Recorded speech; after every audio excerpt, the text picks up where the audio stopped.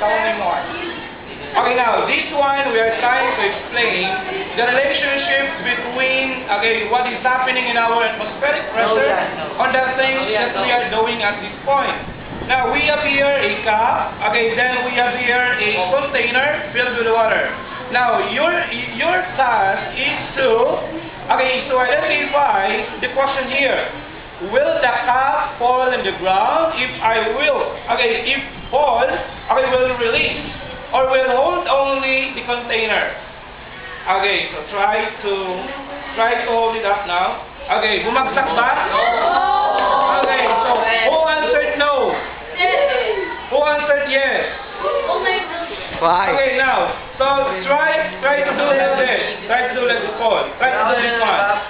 Ganon, naintindihan mo? Ganon. Okay, now, bumabagsak ba? Okay, so why? Okay, so hindi siya nababagsak ko. Bakit kaya? Why? Okay, anyone reason? It's because of what? Yes, there's a pressure. How? Mahipit. Nasisip-sip yung?